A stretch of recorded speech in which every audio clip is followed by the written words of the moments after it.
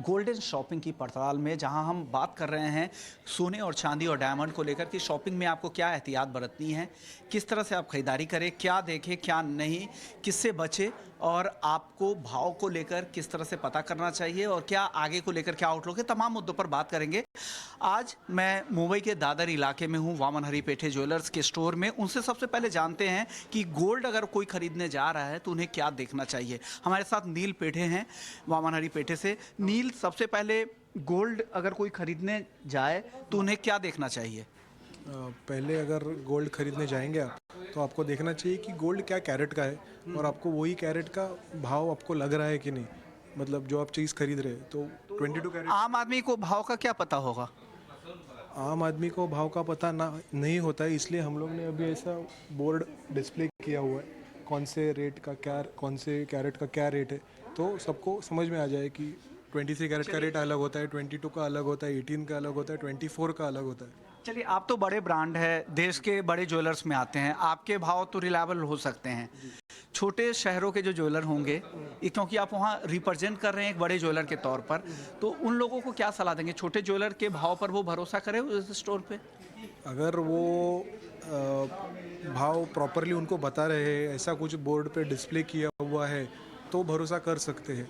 पर अगर कुछ डिस्प्ले किया हुआ नहीं है तो थोड़ा सा डाउटफुल है। तो मैं तो बोलता हूँ कि जितना डिस्प्ले करेंगे, जितना ट्रांसपेरेंट आप व्यवहार रखेंगे, उतना ग्राहक का विश्वास भी आपके ऊपर बढ़ता है और वो विश्वास टिकता भी है, क्योंकि जो एक बार विश्वास बैठ गया उसको टिकाना बहुत कष्ट का काम है और विश्वास टूटने के लिए एक सेकंड भी नहीं लगता। बिल्कुल सही बात है। चलिए, अब बात कर लेते हैं प्योरिटी को लेकर। प्योरिटी में अगर ये कितना प्योर है, मुझे कैसे पता लगेगा? क्या इस प्रोडक्ट को आप कैसे बताएंगे कि कितना प्योर है? कैसे जांच करें मैं इसकी? तो अगर अभी ये प्रोडक्ट आप देखेंगे तो इसका प्योरिटी क्या है, ये आपको प्रोडक्ट के पीछे HUID किया हुआ रहेगा। HUID मतलब हॉलमार्क यूनिक आइडेंटिफिकेशन नंबर रहता है, तो वो वहाँ पे नंबर रहेगा। वो आप BIS केयर करके एक ऐप है जो गवर्नमेंट का ऐप है, BIS यानी ब्यूरो ऑफ इंडियन स्टैंडर्ड्स।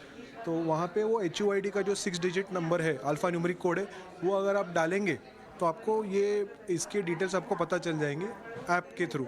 तो वो एक गवर्नमेंट अब एक योजना कर रही है कि ये सब चीज़ का स्टैंडर्डाइजेशन हो, और उसके ऊपर से मैं जो आपको इनवॉइस जनरेट करूँगा, ताकि जो रिसीट मैं बनाऊँगा वो रिसीट पे इसका वजन लिखा रहेगा, ये क्या कैरेट का है वो लिखा रहेगा, इसके अगर ग्रॉस वेट और नेट वेट में फ़र्क है, जैसे कि आप देखेंगे इसमें स्टोन्स है, तो वो स्टोन्स के ग्रॉस वेट और नेट वेट का फ़र्क भी वहाँ पे दिया जाएगा, तो आपको समझेगा कि आपको किस चीज़ का दाम हम लगा रहे हैं। ओके, ये तो आपने बिल्कुल साफ तरीके से बता दिया कि प्योरिटी के हिसाब से आपको भाव देने पड़ेंगे और साथ ही उसके अलावा आपको फिर उसके ऊपर मेकिंग चार्ज देने पड़ेंगे। तो मेकिंग चार्ज कितना होता होगा आम तौर पे? कितना? मैं जानता हूँ कि कारीगर की अपनी कीमत होती है, उनकी मेहनत लगती है, लेकिन एक स्टैंडर्ड कितना मेकिंग चार्ज आम तौर पे ज्वेलरी पर आप लोग लेते हैं? शुरुआत कुछ 8-9% से मेकिंग चार्ज की होती है, वो फिर आगे जैसे आप डिज़ाइन सेलेक्ट करते हैं, क्या आप टाइप के डिज़ाइन सेलेक्ट करते हैं, उसके ऊपर डिपेंड रहता है। ओके, एक और चीज़ होती है, आप जब भी कुछ खरीदते हैं, मान लीजिए जैसे ये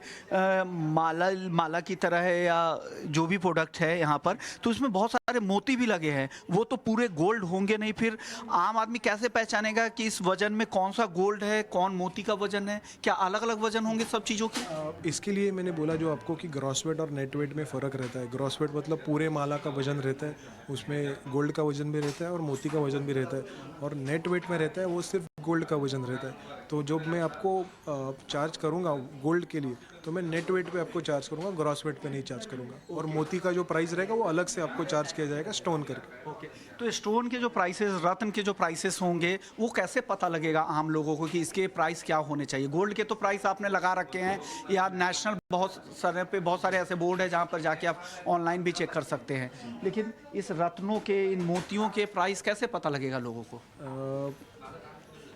हर कोई को तो पता चलने के लिए थोड़ा डिफ़िकल्ट रहता है, क्योंकि वो रत्न का पारखी होना उसके लिए ज़रूरत है, जो हम हैं रत्नों के पारखी।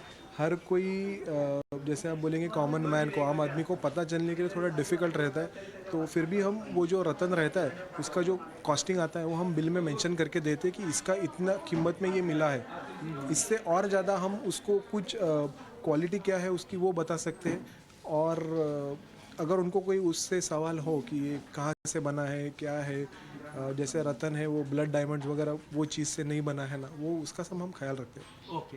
यानी एक चीज़ आप जब भी खरीदने जाए तो इस बात का ध्यान रखें, ग्रॉस वेट में क्या होगा कि मोतियों रत्न स्टोन्स के भी वजन होंगे और जो नेट वेट होगा वो सिर्फ उसमें सोने का वजन ही आपको दिया जाएगा। तो वजन के हिसाब से आप अपना पेमेंट करें और फिर बिल प्योरिटी के हिसाब से आपको पेमेंट देना पड़ेगा। फिर मेकिंग चार्ज जैसा नील कह रहे थे कि 9% से शुरुआत होती है, बाकी आप जितना फैंसी आइटम लेंगे, कारीगर की जितनी ज़्यादा मेहनत होगी, मेकिंग चार्ज उतना ही देना पड़ेगा। लेकिन अगर आप रीसेल वैल्यू के हिसाब से खरीद रहे हैं तो डेफिनेटली मेकिंग चार्ज का भी आपको ध्यान ज़रूर रखना चाहिए।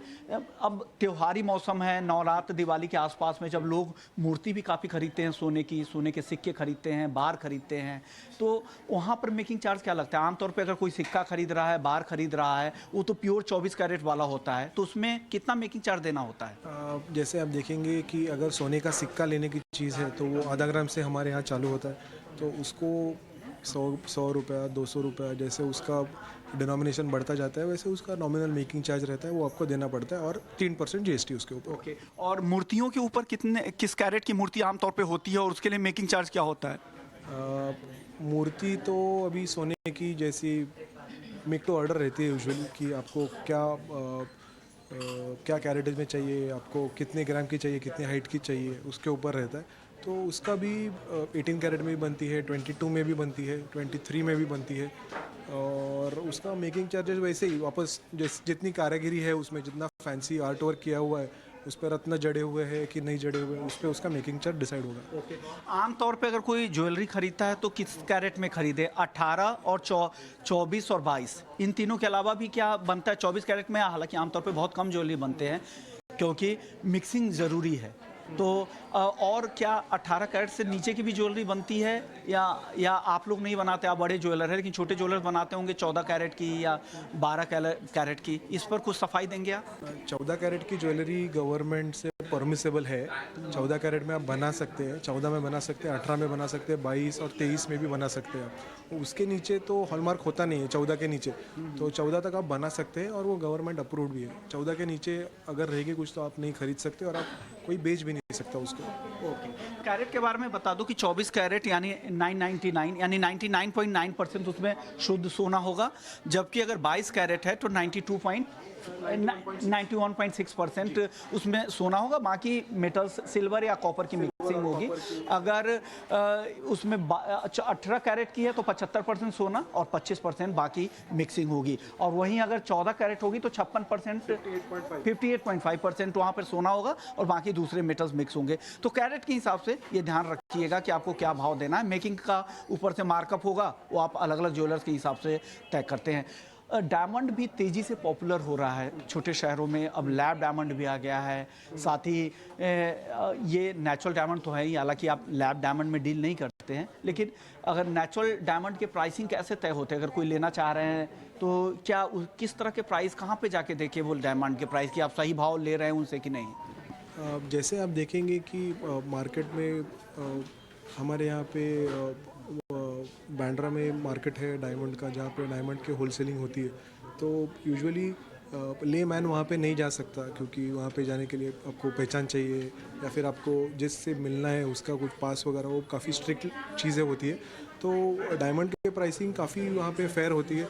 आप अगर एक दो ज्वेलर के पास जाके देखेंगे क्या कलर क्लैरिटी दे रहे हैं, वो क्या सर्टिफिकेट दे रहे हैं, सर्टिफिकेट पे नेचुरल डायमंड लिख के आना बहुत ज़रूरी रहता है, क्योंकि आजकल जैसे आपने बोला CVD और HPHT प्रोसेस किए हुए डायमंड्स आ रहे हैं, तो सर्टिफिकेट जो आपको मिलेगा वो सर्टिफिकेट भी थर्ड पार्टी का सर्टिफिकेट होना चाहिए, ना कि मैं ही एक ज्वेलर हूँ, मैं ही सर्टिफाई करके दे रहा हूँ, तो उसमें कोई बात नहीं है कि मेरी ही बैट और मेरा ही बॉल है, मैं ही खेल रहा हूँ, ऐसी चीज़ हो जाती है उसमें। आमतौर पे अमेरिकन जेमोलॉजिकल इंस्टीट्यूट की, European gemological, international gemological institute के सर्टिफिकेशन होते हैं। आप लोग किस तरह के सर्टिफिकेट डायमंड में जारी करते हैं अपने ग्राहकों को? अगर सॉलिटेयर्स होते हैं तो हम usually GIA gemological institute of America की हम सर्टिफिकेट जारी करते हैं अगर सॉलिटेयर हो तो। अगर ज्वेलरी स्टडेड है तो उसमें हम GII यानी जेमोलॉजिकल इंस्टीट्यूट ऑफ इंडिया जो गवर्नमेंट की लैब है उससे करवाते हैं, या फिर IGI है इंटरनेशनल जेमोलॉजिकल इंस्टीट्यूट, उससे करवाते हैं, और एक GSI करके भी लैबोरेटरी है जेमोलॉजिकल साइंस इंटरनेशनल, उससे भी करवाते हैं। तो इंटरनेशनल लैब्स है, गवर्नमेंट की लैब्स है, तो वही सर्टिफाई करवा के देते हैं, तो जो हमारे ग्राहक है, जो हमारे क्लाइंट्स है, वो बिल्कुल निर्दास्त रह के खरीदी कर सकते हैं। शुक्रिया नील, आपने वक्त दिया हमें और बताया गोल्ड, सिल्वर और डायमंड के बारे में कि लोग खरीदारी अगर करने जाए, क्योंकि त्योहारी मौसम है तो त्योहारों में लोग आमतौर पे हाजिर में खरीदारी करने जाते हैं, तो तमाम उनके अंदर सवाल रहते हैं कि कितना प्योर है, क्या देखना चाहिए, क्या एहतियात बरतना चाहिए। शुक्रिया एक बार फिर से आपका, आपने वक्त निकाला। चलिए, तो आपने देखा गोल्डन शॉपिंग की पड़ताल में कि गोल्ड, सिल्वर और डायमंड खरीदारी में आपको क्या क्या देखना चाहिए। तो इस खास पेशकश को फिलहाल यहीं से बढ़ते हैं। नमस्कार।